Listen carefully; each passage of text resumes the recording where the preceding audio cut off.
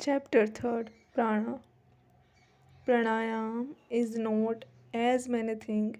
Something about the breath. Breath, indeed, has very little to do with it. If anything, breathing is only one of the many exercises through which we get to the real pranayama. Pranayama means the control of prana. According to the philosophers of India, the whole universe is composed of two materials, one of which they call Akasha. It is the omnipresent, all penetrating existence.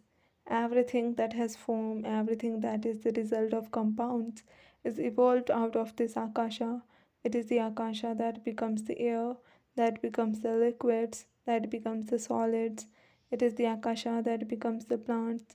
Every form that we see, everything that can be sensed, everything that exists, it itself it cannot be perceived. It is so subtle that it is beyond all ordinary perception. It can only be seen when it has become gross, has taken form. At the beginning of creation, there is only this Akasha. At the end of the cycle, the solids, the liquids, and the gases all melt into Akasha again. And the next creation similarly proceeds out of this Akasha. By what power is this Akasha manifested into this universe? By the power of prana. Just as Akasha is the infinite, omnipresent material of this universe, so is this prana, the infinite, omnipresent manifesting power of this universe. At the beginning and at the end of a cycle, everything becomes Akasha, and all the forces that are in the universe resolve back into the prana.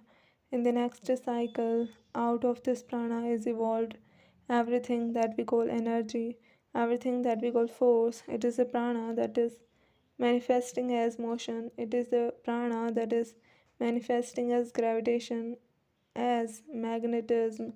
It is the prana that is manifesting as the actions of the body, as the nerve currents, as thought force from thought down to the lowest physical force. Everything is but the manifestation of prana, the sum total of all force in the universe, mental or physical, when resolved back into its original state, is called prana. When there was neither ought nor not, when darkness was covering darkness, what existed then? The Akasha existed without motion. The physical motion of the prana was stopped, but it existed all the same. All the energies that are now displayed in the universe we know by modern science are unchangeable. The sum total of the energies in the universe remains the same throughout. Only at the end of a cycle, these energies quiet down, become potential, and at the beginning of the next cycle, they start up, strike upon the Akasha, and out of the Akasha evolve into various forms. And as the Akasha changes, this prana changes also into all these manifestations of energy. The knowledge and control of this prana is really what is meant by pranayama. This opens to us the door to almost unlimited power. Suppose, for instance, one understood that the prana perfectly and could control it. What power on earth could there be that would not be his? He would be able to move the sun and stars out of their places, to control everything in the universe from the atoms to the biggest suns, because he would control the prana. This is the end and aim of pranayama. When the yogi becomes perfect, there will be nothing in nature not under his control. If he orders the gods to come, they will come at his bidding. If he asks the departed to come, they will come at his bidding. All the forces of nature will obey him as his slaves. And when the ignorant see these powers of the yogi, they call them miracles.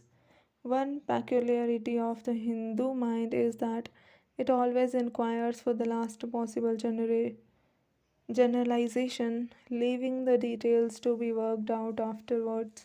The question is raised in the Vedas: what is that knowing which we shall know everything? Thus, all books, all philosophies that have been written have been only to prove that by knowing which everything is known.